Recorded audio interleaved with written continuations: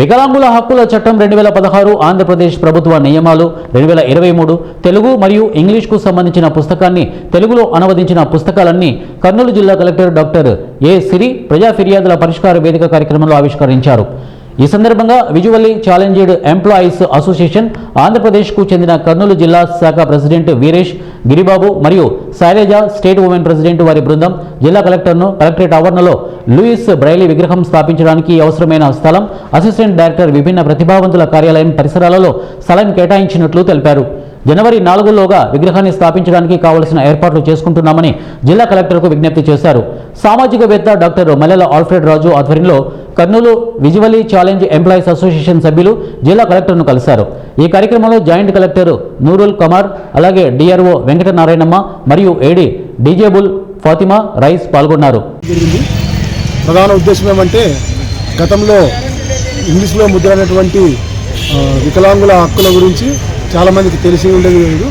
దాన్ని నేను స్పాన్సర్స్గా పెట్టుకొని వాళ్ళకి తెలుగులో దాన్ని అనువాదం చేసి దాన్ని నేను బుక్స్ ప్రతి ఒక్క హెచ్ఓడి గారికి, కలెక్టర్ గారికి అందరికీ ఈరోజు ఇవ్వడం జరిగింది.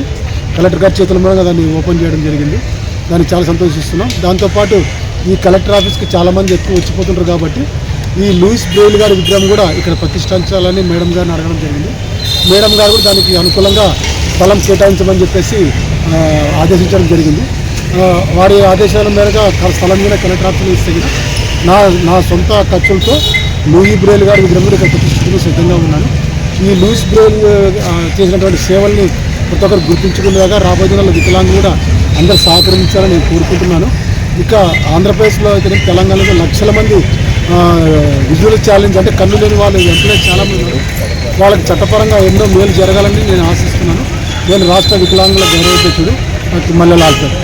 ఈరోజు మా రాష్ట్ర అధ్యక్షులు శ్రీ జి రవీంద్రబాబు గారి ఆదేశాల మేరకు వీసీఈఏ స్టేట్ బ్రాంచ్ మాకు ఇచ్చినటువంటి ఆదేశాల మేరకు ఈరోజు కర్నూలు జిల్లా వీసీఏ పక్షాన ఆర్పీడబ్ల్యూడీ యాక్ట్ 2016 ఏదైతే ఉందో దానిని అదే యథాతథంగా తెలుగులో అనువదించి అదేవిధంగా దాన్ని అనేక మంది మేధావులకు ఆ యొక్క సాఫ్ట్ కాపీని పంపించి వారి యొక్క అభిప్రాయాన్ని కూడా ఇందులో పొందుపరిచి ఈరోజు ఆర్పీడబ్ల్యూడీ యాక్ట్ను గౌరవ జిల్లా కలెక్టర్ గారి చేతుల మీదుగా ఆవిష్కరింపజేయడం జరిగింది.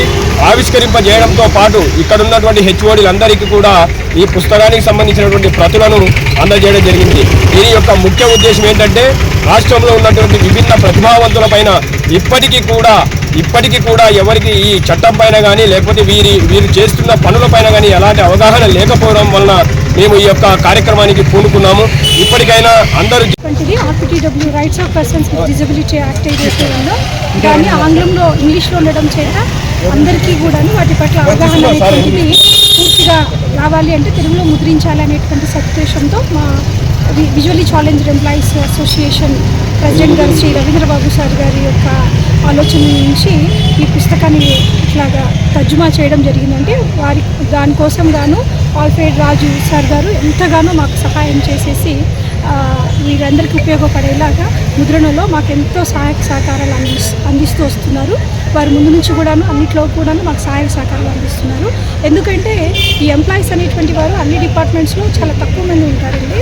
ఈ యొక్క దివ్యాంగులు అనేటువంటి వాళ్ళు వారి పట్ల హెడ్ ఆఫ్ ది ఇన్స్టిట్యూషన్స్కి అవగాహన ఉంటేనే వాళ్ళకి నిజంగానే వారి హక్కులు వర్క్ ప్లేస్లో అమలు అనేటువంటిది జరుగుతుంది. వారు కూడాను అందరితోనూ సమానంగా గౌరవప్రదంగా ఉద్యోగం చేసుకునేటువంటి